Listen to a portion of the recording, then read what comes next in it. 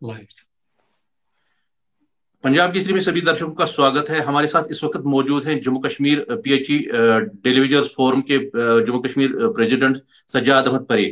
सज्जाद साहब, आपसे जानना चाहेंगे, अमित शाह आज दौरे पे हैं, जम्मू कश्मीर के दौरे पे हैं, और आपके जो कर्मचारी हैं, आपके जो भाई वहां पे जम्मू में 105 दिन से वो वहां पे प्रदर्शन कर रहे हैं, धरने पे बैठे हैं।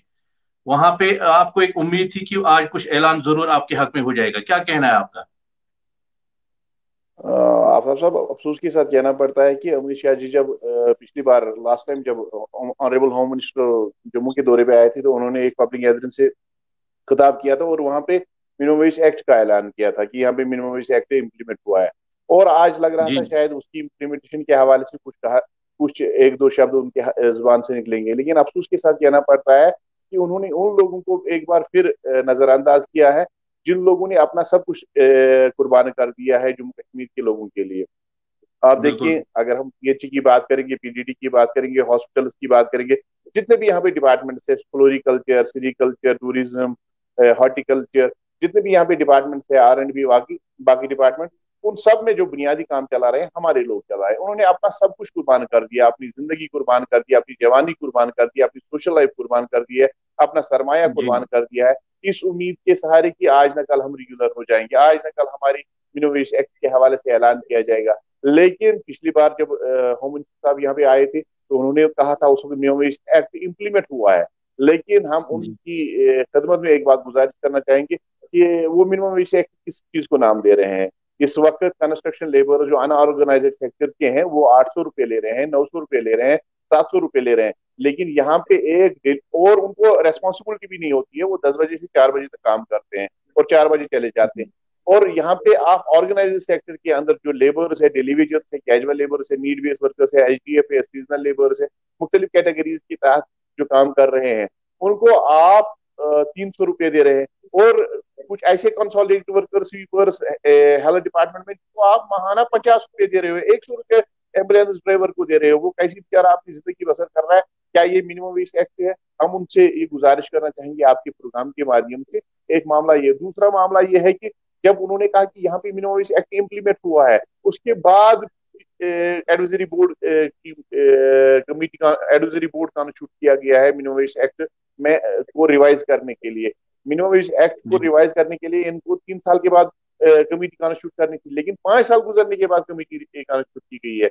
और उस कमेटी ने भी जो रिपोर्ट पेश की है, वो भी हमारे जख्मों पर नमकपाशी के बराबर है। और आज भी हमें बड़ी उम्मीद थी, हमारे जम्मू के साथ ही, हमारे कश्मीर के साथ ही मुख्तलिफ महकमों में जो लगभग 60,000 से जायद लोग काम कर रहे हैं, जिनके साथ 5 लाख नफूस जो है, 5 लाख अफराद जो है वाबस्ता है, वो आज उम्मीद लगाए बैठे थे कि कुछ न कुछ हमारे हवाले से जरूर कहा जाएगा। लेकिन अफसोस कि आज एक बार फिर हमको नजरअंदाज किया गया है, जो नाकाबिल बर्दाश्त है और जो कि अफसोसनाक है। तो आपके पास कोई इंफॉर्मेशन आई है, आपके जो जम्मू के साथी है उनका क्या कहना है कि आगे का क्या प्रोग्राम रहेगा? उन्होंने उस वक्त ही, जब वो निराश हो गए कि हमारे हवाले से कोई एक शब्द भी नहीं कहा गया, तो उन्होंने वहां से ही जो अपना प्रदर्शन है, अपने एहतजाजी जो रैली है, वो वहां से स्टार्ट की। और वो अपने मुतालबात के हुसलियाबी की खातिर एहतजाज कर रहे थे, नाराबाजी बुलंद कर रहे थे। तो महकमा पुलिस ने भी उनको वहां पे रोका है। तो कुछ दिनों के बाद ही हम इस मामले में मशावत करने जा रहे हैं। और हमने इस सिलसिले में एक वो शोर की है कि यहाँ पे ये एक इंसानी मामला बना हुआ है, समाजी मामला बना हुआ है। हम चाहते हैं कि पूरे कौम को, क्योंकि हम कौम का एक हिस्सा है, हम चाहते हैं कि पूरे कौम को इसके साथ इस मामले के साथ जो उनकी वाबस्तगी है, हम चाहते हैं कि उनको भी इसमें सामने लाए, उनसे भी सलाह मशवरा किया जाए। पहले जो पहला फेज होगा जम्मू में, चाहे कश्मीर में, जब हमने जम्मू की लीडरशिप के साथ भी बात की है इस सिलसिले में, जो हमारे लोग हैं, ट्रेड यूनियन लीडर्स जो है यहाँ पे, मुख्तलिफ ट्रेड यूनियन अंजुमनों के, तो मुख्तलिफ ऑर्गेनाइजेशन के, यूनियंस के, उनके साथ बात होगी पहले। उनको हम प्लेटफॉर्म पे लाएंगे। जो रेगुलर एम्प्लॉयज, कन्फर्म्ड एम्प्लॉयज है, उनके जो एसोसिएशन है, चाहे एम्प्लॉय ज्वाइंट एक्शन कमिटीज है, एम्प्लॉय ज्वाइंट कंसल्टेटिव कमिटीज है, कोऑर्डिनेशन कमिटीज है, जो मुख्तलिफ तंजीमें हैं, या वो तंजीमें जिनको एडवाइजरी बोर्ड ने परसों यहाँ पे मदू किया था बातचीत के लिए, इनविटेशन उनको दी थी बातचीत के लिए, उनको भी बुलाएंगे। उनके साथ सलाह मशवरा करके एक इनकलाबी प्रोग्राम सामने लाएंगे। ताकि सरकार को गफलत की नींद से बेदार किया जाएगा, ताकि सरकार को ये पावर किया जाएगा कि आप किन लोगों के साथ नाइंसाफी कर रहे हो, जिन लोगों ने गोलियों के साए में यहाँ पे काम किया, जिन लोगों ने नामासाइद हालात के दौरान काम किया, जो पीएचई वर्कर जो बिल्कुल। माइनस टेम्परेचर में आपके घर तक पानी पहुंचा रहा है, चाहे सैलाब हो, नामासाइद हालात हो, गर्मी हो, कुछ भी हो, वो आपके घर तक पानी पहुंचा रहा है। पीडीडी वाला बेचारा तरसीली लाइनों पे तड़प तड़प के जान दे रहा है, वो आपकी खिदमत कर रहा है। हॉस्पिटल में काम करने वाले लोग, फॉरेस्ट फॉरेस्ट डिपार्टमेंट में काम करने वाले लोग, agriculture, horticulture, sericulture, animal husbandry, मुख्तलिफ डिपार्टमेंट में जो काम करने वाले, जिन्होंने कोविड के दौरान, जिनसे कोविड में एक तो अपने डिपार्टमेंट का काम लिया गया, दूसरा उनसे कोविड के दौरान भी ड्यूटी ले ली गई। तो उन इस चीज से हम सरकार को आगाह करना चाहते हैं किन लोगों के साथ आप नाइंसाफी कर रहे हो। मैं आपकी खिदमत में एक बात गुजारिश करना चाहूंगा कि 94 के बाद जो भी सेंट्रल की तरफ से यहाँ पे स्कीमें आई, रेगुलर एम्प्लॉयज अच्छी खासी सैलरी ले रहे हैं, अल्लाह उनकी सैलरी में और ज्यादा इजाफा करे, वो अच्छी खासी सैलरी ले रहे हैं।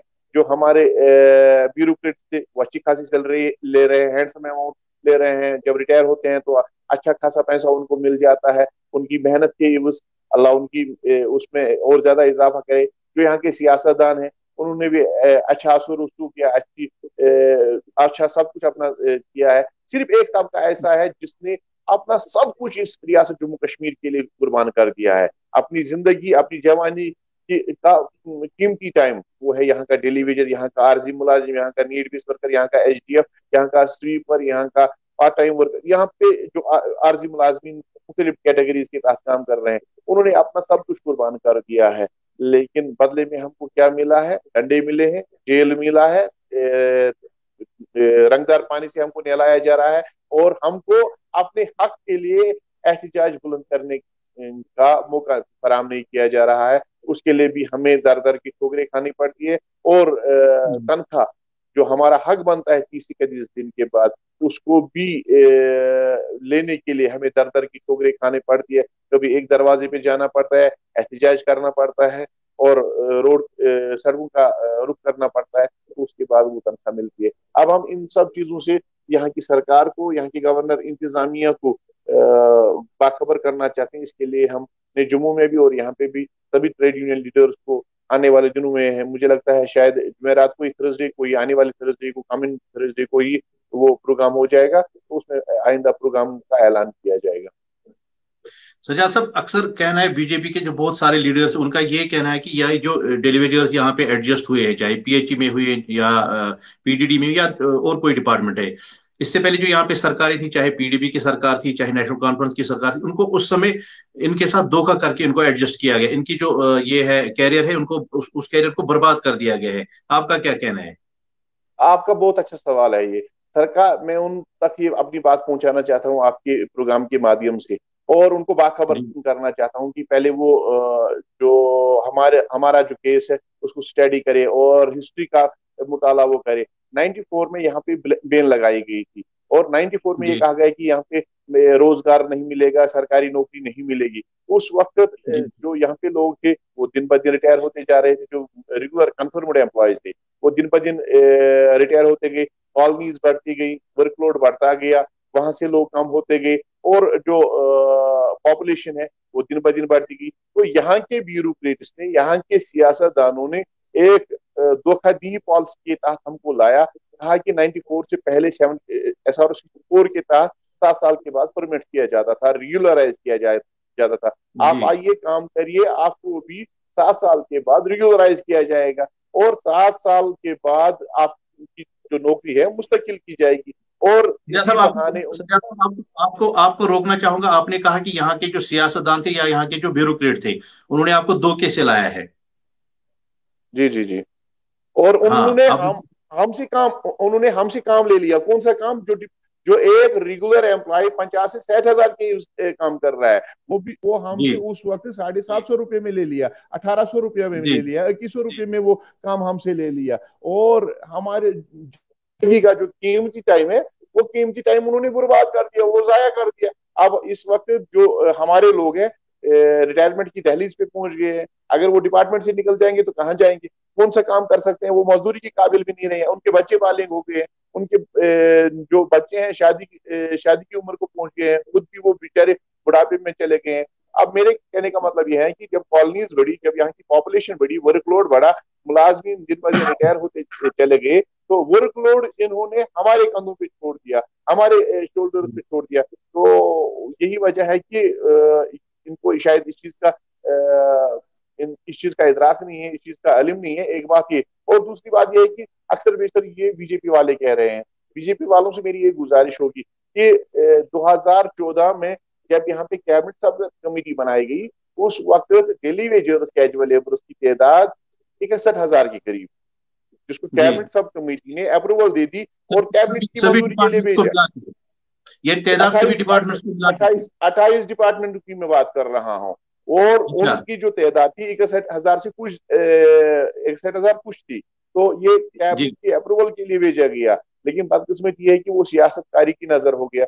उसके बाद जब पीडीपी और बीजेपी की सरकार 2017 में आ गई, 2016-17 में बिल्कुल। आ गई, तो उस वक्त जब पीडीपी और बीजेपी सरकार ने यहाँ के ब्यूरोक्रेट से, यहाँ के एचओडी से, यहाँ के डीटीओ से फिगर मांगा, तो बीजेपी की सरकार में 1 लाख फिगर आ गया ना, वो कहां से आ गया? अगर ये ताने दे रहे हैं बाकी सरकारों को, हमारे लिए तो हर एक एक जैसा है, हम तो नॉन पॉलिटिकल है, हमारा किसी सियासत से कोई ताल्लुक नहीं है, लेकिन हम इनसे पूछना चाहते हैं, अगर उन्होंने हमारे साथ धोखा किया तो आपने कौन सा हमदर्दी किया, आपने कौन सी हमारे साथ यकजहती का इजहार किया, आपने हमारे जख्मों पे मरहम करने के बजाय नांगपाशी की। आप तो सिर्फ ये कह रहे हो कि ये पाप की गंदगी है, गलत तरीके से लगे हैं।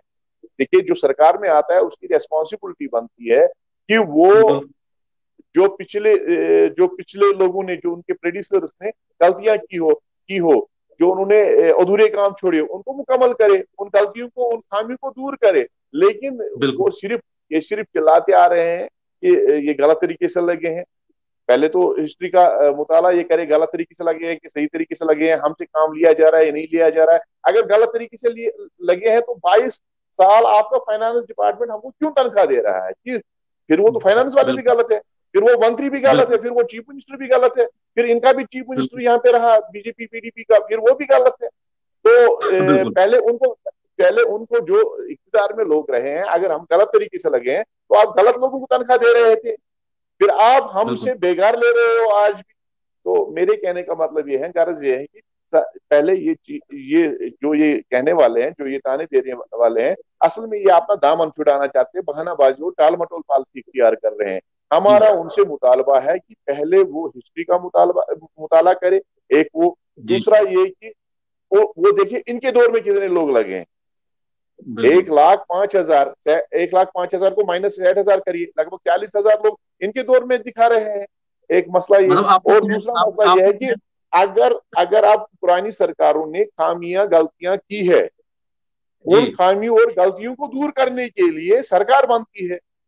सरकार इसीलिए बनाई जाती है कि वो लोगों का भला करे, मुलाजमीन का भला करे। मुलाजमीन तो इनके हाथ पैर होते हैं।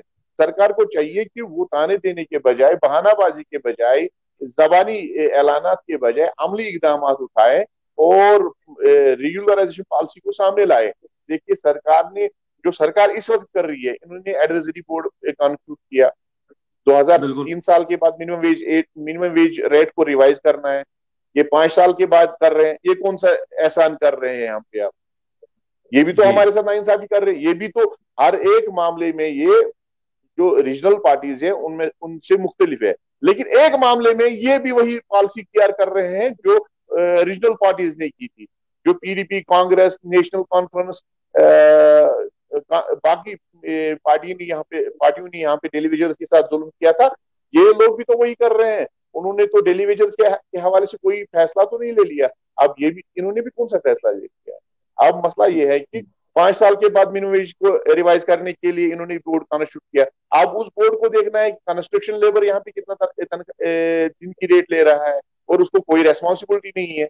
उसको आप 10 से 4 घंटे, 10 से 4 बजे तक, आप 10 से 5 बजे तक काम ले रहे हो, और एक टेलीविजन को आप 24 घंटे ड्यूटी ले रहे हो और उसको तनख्वाह भी नहीं दे रहे हो। एक आम मजदूर, प्राइवेट मजदूर 800 रुपये ले रहे हैं, आप 300 रुपये दे रहे हो, और उसको कोई रेस्पॉन्सिबिलिटी नहीं है, इसको रेस्पॉन्सिबिलिटी है। अच्छा, जो ये काम कर रहा है वो एक रेगुलर एम्प्लॉय भी काम कर रहा है, उसके शाना बशाना काम कर रहा है। वो रेगुलर एम्प्लॉय, ड्यूटी आवर्स उनके सेम है, रेस्पॉन्सिबिलिटी सेम है, और नेचर ऑफ ड्यूटी सेम है। उसको वो काम करने के लिए एक regular employee, fourth class employee 50 से 60 हजार रुपए ले रहे हैं, एक डेलीवेटर से आप 9 हजार में ये काम ले रहे हो, और वो 9 हजार भी आप वक्त पे नहीं दे रहे। ये सरासर नाइंसाफी है। इस पे सरकार को सोचना चाहिए। एलजी इंतजामिया को चाहिए कि अगर वो इंसाफ के दावे कर रहे हैं, बदलते जम्मू कश्मीर के दावे कर रहे हैं, तो वो देखे कि जम्मू कश्मीर बदला है कि नहीं बदला है, यहाँ के मुलाजमीन की हालत बदली है कि नहीं बदली है, यहाँ के डेली वेजर्स कैजुअल लेबर जो चीख पुकार दिन रात कर रहे हैं, 105 दिन से जो जम्मू में चीख पुकार कर रहे हैं, कश्मीर में एहतजाज दर्ज कर रहे हैं, उनकी हालत बदली है नहीं बदली है? क्या आप टेलीविजन कैजुअल लेबर के मामले में कहीं वही सियासत तो नहीं कर रहे हैं जो यहाँ के रीजनल पार्टीज कर रहे हैं? तो मेरी नजर में सबके सब ये जिम्मेदार है। सरकार, एलजी इंतजामिया से, खासकर मनोज सिन्हा साहब की हमारी गुजारिश होगी कि वो हमारे मुस्तकबिल के हवाले से, ये 5 लाख लोगों का मुस्तकबिल का मामला है, 5 लाख लोगों के बच्चों, 60 हजार लोगों के बच्चों का मुस्तकबिल का मामला है। इस हवाले से सोचे, एक प्रोग्राम लेके सामने आए, पॉलिसी सामने लेके आ जाए। देखिए, अब ये और एक नाइंसाफी कर रहे हैं। नाइंसाफी ये है कि हमारी डिमांड नंबर फर्स्ट रेगुलराइजेशन है, रेगुलराइजेशन के बजाय आप ये तरजीह दे रहे हैं मिनिमम वेज एक्ट को। मिनिमम वेज एक्ट हमारा मुतालबा डिमांड नंबर 2 थी, और आज ये डिमांड नंबर फर्स्ट पे उसको ला रहे हैं कि डिमांड नंबर फर्स्ट ये मिनिमम वेज एक्ट लाएंगे, और उसके बाद हमने और 10 साल इंतजार करना है। ऐसा हम नहीं चाहते हैं। हमने 20-22 साल 24 साल इसलिए दिए हैं कि हमारी रेगुलराइजेशन हो जाए। हमने अपना सब कुछ कुर्बान कर दिया है रेगुलराइजेशन के लिए। हम रेगुलराइजेशन चाहते हैं, और तब तक, जब तक रेगुलराइजेशन हो जाएगी, तब तक मिनिमम वेज एक्ट को यूटी दिल्ली के तर्ज पर यहाँ पे लागू किया जाए। दिल्ली में आप 635 रुपया अनसिक्लेड को दे रहे हो, और 800 रुपया हाईली सिक्लेड को दे रहे हो। यहाँ पे आप सब लोगों को 300 रुपये दे रहे हो। ये सरासर नाइंसाफी और सरासर फर्क है। आप देखिए, दिल्ली को आप हिंदुस्तान का ताज कह रहे, हिंदुस्तान का दिल कह रहे हो, वहां पे 650 रुपया, 16 हजार से 21 हजार रुपया एक आम मजदूर तनख्वाह ले रहा है, एक डेलीवेटर तनख्वाह ले रहा है। और जम्मू कश्मीर जो इंडिया का ताज है, हिंदुस्तान का ताज है, उसको आप क्या, वहां के आरजी मुलाजिम को आप 300 रुपया दे रहे हो, वो 9 हजार रुपया, और वो भी वक्त पे नहीं दे रहे हो। ये सरासर नाइंसाफी है। और इसके अलावा मैं एक बात गुजारिश करना चाहूंगा, वो ये कि जो मिनिमम वेज को रिवाइज करने के लिए एडवाइजरी बोर्ड कॉन्स्टिट्यूट किया गया है, उन्होंने 302 रुपया, आज के दौर में 302 रुपया मिनिमम वेज की रेट को रिकमेंड किया है। ये सरासर नाइंसाफी, एक बहुत बड़ा मजाक है मिनिमम वेज के नाम पे। ये ऐसा मजाक सरकार को नहीं करना चाहिए। सरकार को चाहिए फिर हम सबको एक बार निकाल दे, एक ऑर्डर इश्यू करे, हम सबको निकाल दे, फिर हम देखते हैं हम कौन सा रास्ता इख्तियार करें। सज्जाद साहब, आपने पंजाब केसरी के साथ बात की, आपका बहुत बहुत शुक्रिया। बहुत बहुत शुक्रिया आपका।